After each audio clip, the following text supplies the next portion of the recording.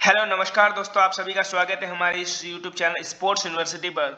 आज की इस वीडियो में हम देखेंगे योग का अर्थ, योग का महत्व और साथ ही साथ हम जो अष्टांग योग है उसके बारे में हम देखेंगे। हम ये जानेंगे कि इसके 8 अंग कौन-कौन से हैं। तो वीडियो को शुरू करने से पहले यदि आपने हमारे चैनल को सब्सक्राइब नहीं किया है तो पहले सब्सक्राइब कर दीजिए, क्योंकि इस प्रकार की एजुकेशनल वीडियो हम आपके लिए लेकर आते रहते हैं जिससे आप बन सके फिजिकल एजुकेशन में और भी ज़्यादा बेहतर। तो चलिए अब वीडियो को शुरू करते हैं। तो सबसे पहले हम समझेंगे योग के अर्थ के बारे में कि योग का अर्थ क्या है। देखिए, जो योग शब्द है वह संस्कृत भाषा की यूज क्रिया से निकला है, जिसका अर्थ होता है जोड़ना। यहाँ पर ये गलत टाइप हो चुका है। इसका अर्थ है जोड़ना या फिर मिलना। देखिए, जो योग है वह संज्ञा के रूप में है, जिसका अर्थ है मिलन या फिर संयोग। इसमें जो संयोग है वह जीवात्मा और परमात्मा का जो एकीकरण होता है उसके बारे में कहा गया है। आगे देखिए, जो योग है उसी की अलग अलग जगह पर अलग अलग लोगों ने अपनी अपनी डेफिनेशन दी है, उसे हम जान लेते हैं। तो देखिए, पतंजलि के अनुसार जो योग की डेफिनेशन है वह है चित्तवृत्ति निरोध योग। इसका अर्थ है कि चित्त की वृत्तियों का जो निरोध है वही क्या है, योग है। फिर वेद व्यास ने बताया है कि योग समाधि है। अष्टांग योग में जो योग के 8 अंग होते हैं उसमें भी जो आखिरी है वह क्या है, समाधि है। इसका अर्थ है कि उन्होंने यह बताने का प्रयास किया है कि योग का जो मुख्य लक्ष्य है वह क्या है, समाधि ही है। फिर डॉक्टर संपूर्णानंद ने बताया है कि योग आध्यात्मिक कामधेनु है। भगवत गीता में भगवान श्री कृष्ण ने बताया है कि योग कर्मशु कौशलम, किसी कार्य को कुशलता से करना ही क्या है, योग है। फिर आगम के अनुसार जो योग की डेफिनेशन दी गई है वह यह है कि शिव और शक्ति के बारे में ज्ञान ही क्या है, योग है। देखिए, जब हम भगवान शिव की अर्धनारीश्वर वाली जो मूर्ति देखते हैं, तस्वीर देखते हैं, उसका भी योग में बड़ा महत्व है। अब हम आगे चलते हैं। यहाँ देखिए, अब हम जानेंगे कि योग के क्या क्या महत्व है। सबसे पहले हम जानेंगे शारीरिक शुद्धता। देखिए, जो व्यक्ति योग करता है उसमें जो 3 प्रकार की जो शारीरिक प्रवृत्तियां होती है, वात पित्त और कफ, उन तीनों का ही संतुलन रहता है। और साथ ही साथ में जो व्यक्ति योग में योगिक क्रियाओं को करता है वह आंतरिक रूप से खुद को क्या करता है, स्वच्छ करता है, साफ करता है। इसीलिए कहा गया है कि योग से क्या होता है, शारीरिक शुद्धता आती है। देखिए, अब हम देखते हैं नेक्स्ट, रोगों से बचाव। जो व्यक्ति योग करता है उसकी इम्यूनिटी पावर तो बूस्ट होती ही है, वह साथ साथ में उसको किसी प्रकार का कोई रोग नहीं होता है और वह हमेशा ही तंदुरुस्त रहता है, मस्त रहता है अपने कार्य में। जब व्यक्ति को कोई सामान्य सा भी रोग हो जाता है, जैसे तनाव है, पीठ दर्द, मासिक धर्म के विकार या फिर और भी कोई अगर रोग हो जाता है, तो वह अपने सामान्य क्रियाकलापों को भी करने में असक्षम होता है। इसीलिए वह रोग के मार्ग को अपनाता है और वह अपने आप को और भी ज़्यादा हेल्थी बनाने का प्रयास करता है। हम नेक्स्ट को देखते हैं, नेक्स्ट और कौन कौन से योग के महत्व हैं। यहाँ देखिए, मानसिक तनाव को कम करता है। बिल्कुल यह बात सही है कि योग में बहुत सारे ऐसे आसन होते हैं, जैसे मकरासन है, शवासन है, शल्पासन है, सप्तासन है, भुजंगासन है। उन सबको यदि कोई व्यक्ति करता है तो वह मानसिक रूप से अच्छा फील करता है, वह मानसिक रूप से धीरे धीरे स्वस्थ होने लगता है, शरीर को सुंदर बनाता है। जो व्यक्ति योग करते हैं वह अपने आंतरिक रूप से तो अच्छा फील करता ही है, साथ साथ में उसकी जो बाहरी जो आवरण होता है वह भी बहुत ही ज़्यादा धीरे धीरे आकर्षक होने लगता है और वह एकदम तंदुरुस्त हो जाता है, शिथिलता प्रदान करता है। जो व्यक्ति योग करते हैं वह अपने आप में ही स्फूर्ति फील करते हैं और वह किसी भी कार्य को लंबे समय तक कर सकते हैं। और जो योग करते हैं वह अपने आप में स्वस्थ होते हैं, शांत होते हैं, इसलिए वह किसी भी कार्य को लंबे समय तक कर पाते हैं। शरीर के आसनों को ठीक करता है। कई बार क्या होता है कि कुछ लोगों में आसन संबंधित विकृतियां होती है, उन्हें ठीक करने के लिए भी योग क्या करता है, हेल्प करता है। नेक्स्ट देखते हैं, लचक में वृद्धि करता है। देखिए, योग के द्वारा व्यक्ति के शरीर में लचक जो होती है, उसकी जो फ्लेक्सिबिलिटी होती है उसमें क्या होती है, वृद्धि होती है। और जिस व्यक्ति में लचक की वृद्धि होती है उससे जो चोट लगने की संभावना भी क्या हो जाती है, कम हो जाती है। किसी भी एथलीट का देखा जाए, यदि आप किसी भी प्रकार की शारीरिक क्रियाओं को करते हैं और यदि आपकी फ्लेक्सिबिलिटी ज़्यादा है तो आपको चोट लगने की संभावना क्या होती है, कम होती है। इसे ध्यान में रखते हुए भी हमें योग को करना चाहिए। स्वास्थ्य में सुधार करता है। देखिए, हमने ऊपर भी पढ़ा था कि योग करने से क्या होता है कि हम मानसिक रूप से स्वस्थ होते हैं और कोई भी प्रकार के जो रोग होते हैं वह भी हमसे दूर रहते हैं। तो इसीलिए हम इससे क्या होते हैं, स्वास्थ्य में हमारे सुधार होता है, नैतिकता व आचरिक मूल्यों में बढ़ावा होता है। देखिए, हम जब आगे अष्टांग योग के बारे में पढ़ेंगे और वहाँ जब हम यम और नियम के बारे में पढ़ेंगे तब आप जान जाएंगे कि किस प्रकार से इसमें नैतिकता और आचरण के मूल्यों में वृद्धि होती है किसी व्यक्ति का, और आध्यात्मिक विकास होता है। यदि किसी व्यक्ति के द्वारा यम और नियम का पालन किया जाता है तब वह धीरे धीरे इतना सात्विक हो जाता है कि वह एक आध्यात्मिक मार्ग की ओर बढ़ने लगता है। चलिए आगे देखते हैं।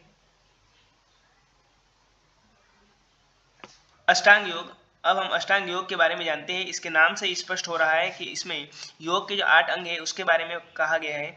यम, नियमासन, प्राणायाम, प्रत्याहार, धारणा, ध्यान, समाधि, अष्टो अग्डानी।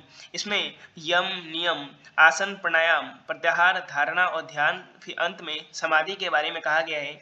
अब हम इसे स्पष्ट रूप से समझते हैं और भी ज़्यादा विस्तार से समझते हैं कि यम में क्या क्या है। यम का अर्थ है अहिंसा, सत्य, असत्य, ब्रह्मचर्य और अपरिग्रह। ये जो 5 भाग है वो यम के अंदर शामिल किए जाते हैं। जो व्यक्ति यम को पालन करता है वह इन सभी चीज़ों को पालन करता है। अहिंसा का अर्थ है किसी भी जीव के साथ में हिंसा न करना। सत्य का अर्थ है सामान्य सा सत्य का अर्थ जो हम समझते हैं वही इसमें है कि हमें हमेशा ही सत्य का पालन करना चाहिए, सत्य बोलना चाहिए। असत्य से यहाँ अर्थ है कि चोरी न करना। ब्रह्मचर्य का अर्थ है कि हमें वीर्य का बेवजह ही त्याग नहीं करना चाहिए। अपरिग्रह का अर्थ है कि हमें जितनी चीज़ों की आवश्यकता है उतनी ही चीज़ों का हमें संग्रह करना चाहिए, बेवजह ही हमें चीज़ों का संग्रह नहीं करना चाहिए। नियम में भी इसी तरह से 5 अंग आते हैं। शौच, संतोष, तप, स्वाध्याय, ईश्वर, प्राणिधान। शौच का अर्थ है कि हमें हमारे जो शरीर है उसे आंतरिक और बाहरी रूप से स्वच्छ रखना चाहिए।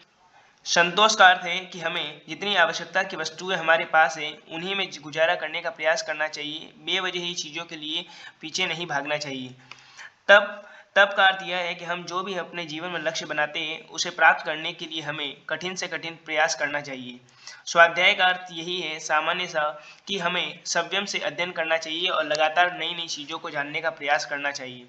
और अंत में जो नियम में है वह है ईश्वर प्राणिधान। हमें यह सारी चीज़ों को करते हुए अपने ईश्वर में श्रद्धा रखनी चाहिए और ईश्वर को मानते हुए ही अपने जीवन का गुजारा करना चाहिए। अब हम नेक्स्ट देखते हैं आसन। देखिए आसन, तो आसन से यहाँ पे सामान्य सा अर्थ है स्थिर सुखम आसनम। जिस स्थिति में हम सुखपूर्वक बैठ सके वही क्या है, आसन है। और यहाँ पर आसन को 3 भागों में बांटा गया है। ध्यानात्मक आसन, विश्रामात्मक आसन और एक संवर्धनात्मक आसन। ध्यानात्मक आसन में वे सारे आसन आ जाते हैं जिसमें बैठते हुए हम ध्यान की अवस्था को प्राप्त करते हैं, जैसे कि सिद्धासन है, पद्मासन है, मुक्तासन है और भी कई प्रकार के आसन होते हैं जिसमें हम ध्यान को कर सकते हैं। विश्रामात्मक आसन, यह आसन की एक वह अवस्था है जिसमें बैठते हुए हम विश्राम कर सकते हैं, कुछ समय के लिए हम शांति से बैठ सकते हैं, जैसे कि शवासन है, मकरासन है। संवर्धनात्मक आसन, इसमें ऐसे पोज आते हैं जो कि थोड़े हार्ड होते हैं, जैसे कि है सिंहासन, भुजंगासन, चक्रासन, हलासन और भी कई प्रकार के आसन आते हैं। परंतु हम आसन और जो प्राणायाम है उसके बारे में एक और विस्तृत वीडियो आपके लिए लेके आएंगे, क्योंकि इतने में ही आसन कंप्लीट नहीं होता है और आसन को तो आपको और भी ज़्यादा विस्तार से पढ़ने की आवश्यकता होगी। अब हम देखते हैं प्राणायाम के बारे में, जो सामान्य यहाँ कहा गया है श्वास पर श्वास इति प्राणायाम। देखिए हम जो श्वास को अंदर लेते हैं और बाहर छोड़ते हैं उसी की जो गति है, उसी का जो लय होता है, उसी को क्या कहते हैं, प्राणायाम कहते हैं। और सामान्य से हम प्राणायाम के बारे में यह जान सकते हैं कि हमारे श्वास को नियंत्रित करना क्या कहलाता है, प्राणायाम कहलाता है। फिर हम नेक्स्ट देखते हैं प्रत्याहार। प्रत्याहार में क्या आता है कि इंद्रियों को बाहरी विषयों से हटा करके अंतर्मुखी करना क्या कहलाता है, प्रत्याहार कहलाता है। देखिए ऊपर की जितनी भी चीजें हैं, यम, नियम, आसन, प्राणायाम, इन सब चीज़ों को करते हुए जब हम प्रत्याहार के ऊपर आते हैं तब इसमें एक ऐसी कंडीशन आ जाती है जब हम इंद्रियों को, हमारी जो इंद्रियां होती है आँख, नाक, कान, जीभ, त्वचा, उन्हें हम बाहरी विषयों से हटा करके और जो हमारी आंतरिक की, जो हमारे मन की आंतरिक जो आवश्यकता होती है उन्हीं पर ध्यान देते हुए अपने जीवन को गुजारा करते हैं और उन्हीं के ऊपर हमारे जीवन को बेस्ड रखते हैं। उसे क्या कहते हैं, प्रत्याहार कहते हैं। देखिए यहाँ पर धारणा में पतंजलि के अनुसार क्या कहा गया है, बाहर या, ये गलत प्रिंट हो गया है, यहाँ था नहीं, या है।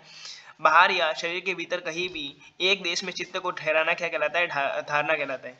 देखिए किसी भी बाहरी वस्तु या फिर शरीर के किसी अंग पर, जैसे कि बहुत बार कहा जाता है कि जो अपनी जो भो है उन दोनों के बीच में, अपने दोनों के बीच में अपने ध्यान को क्या कर देना, आँखों को, अपने मन को वहीं पे क्या कर देना, केंद्रित करना क्या कहलाता है, धारणा कहलाता है।